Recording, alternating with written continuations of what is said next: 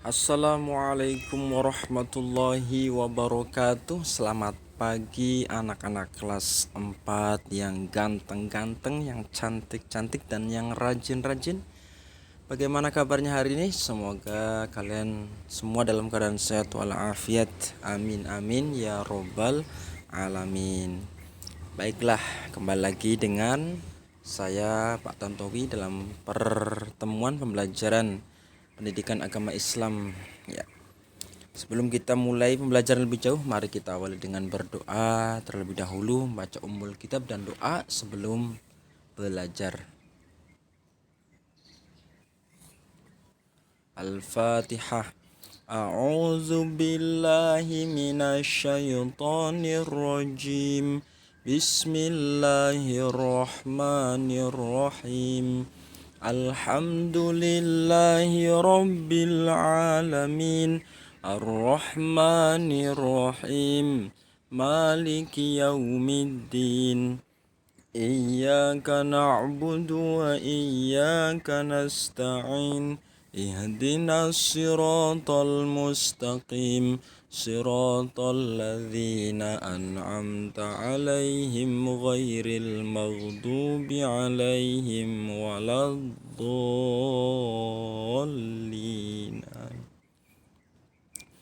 Raditu billahi rabba wa bil islami dina wa bi muhammadin nabiyya wa rasula. Rabbi zidni ilma warzuqni fahma.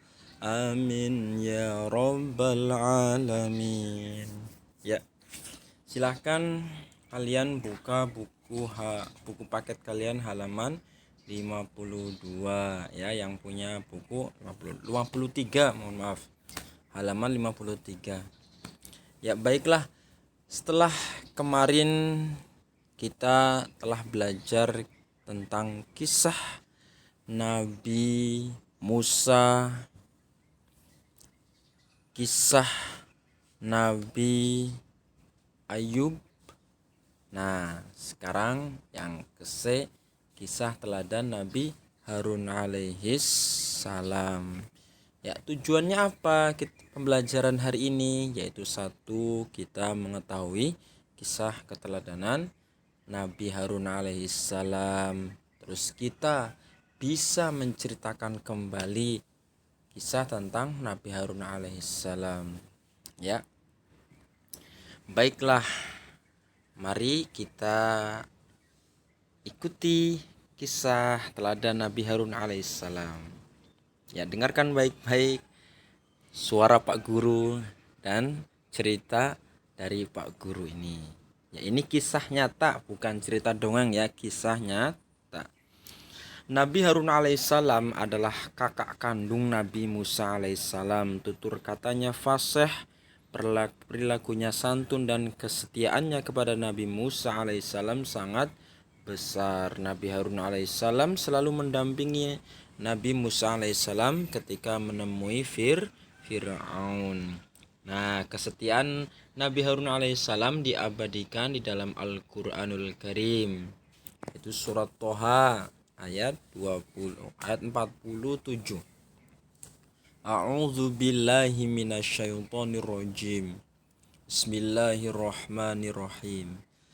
Fa'tiyahu faqula inna rasula rabbika fa'arsil ma'ana bani Israel. فأرسل معنا بني إسرائيل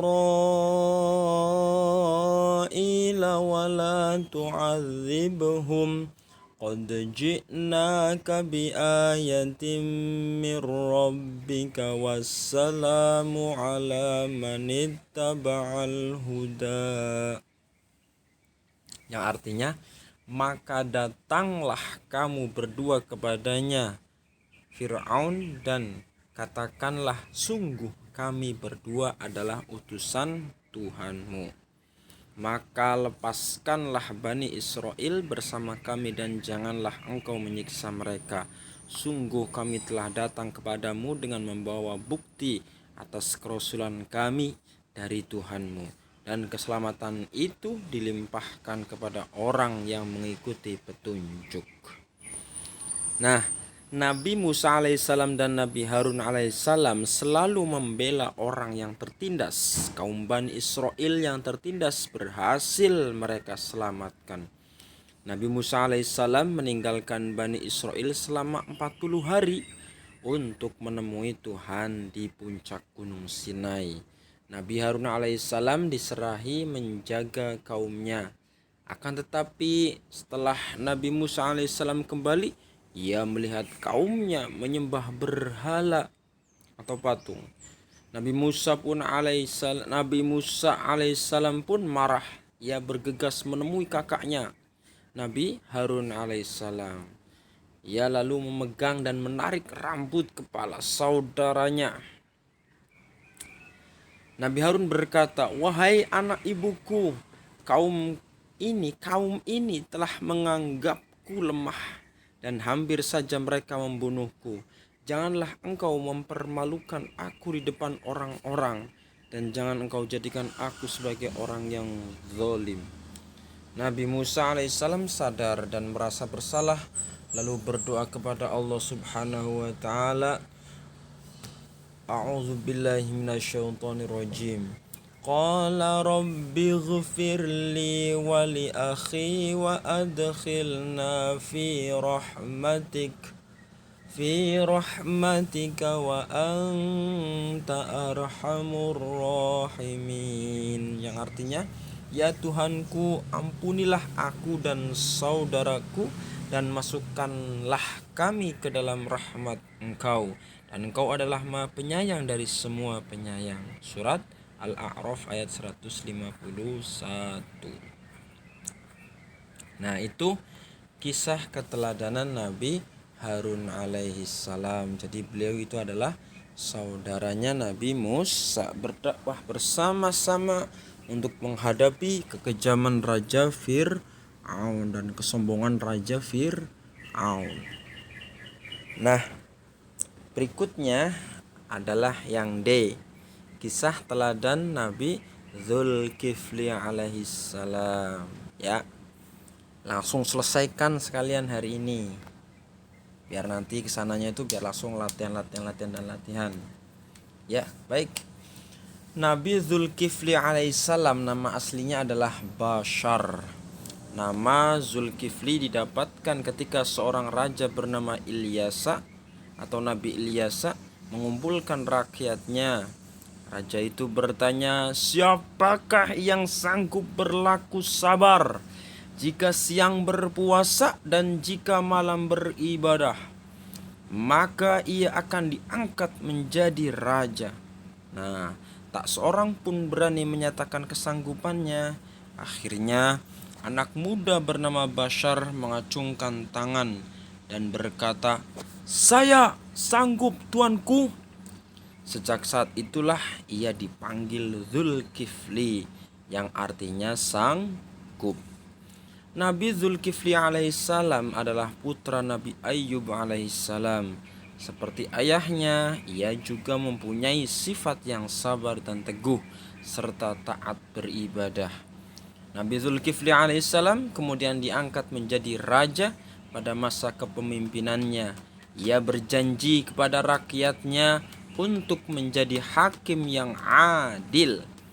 Di waktu malam ia beribadah, dan di waktu siang ia berpuasa. Ia melakukan sholat 100 kali dalam sehari. Tidurnya di waktu malam hanya sebentar. Allah berfirman dalam Al-Quran, A'udzu billahi minasyaitonir rajim. Bismillahirrahmanirrahim. Wa Ismail wa Idris wa Dzulkifli kullum minas sabirin wa adkhalnahum fi rahmatina innahum minas solihin. Yang artinya, dan ingatlah kisah Nabi Ismail alaihissalam, Nabi Idris alaihissalam dan Nabi Dzulkifli alaihissalam. semua mereka termasuk orang-orang yang sabar. Kami telah memasukkan mereka ke dalam rahmat kami. Sesungguhnya mereka termasuk orang-orang yang soleh. Surat Anbiya ayat 85 sampai 86. Nah, itulah kisah daripada Nabi Zulkifli dan Nabi Harun alaihissalam. Nah, baiklah, semoga kalian bisa mengambil i'tibar atau mengambil pelajaran dari kisah tersebut. Kita menjadi orang-orang yang soleh, kita menjadi orang-orang yang bisa meneladani sifat terpuji dari para nabi, dari para utusan-utusan Allah Subhanahu wa taala. Baik, cukup untuk pembelajaran hari ini. Semoga bermanfaat buat kalian, dan tugasnya nanti Pak Guru kirimkan ya di bawah ini. Kalian nanti kerjakan, dan kalau sudah selesai nanti dikirimkan ke Pak Guru ya. Terima kasih untuk pembelajaran hari ini. Kurang lebihnya mohon maaf. Wassalamualaikum warahmatullahi wabarakatuh.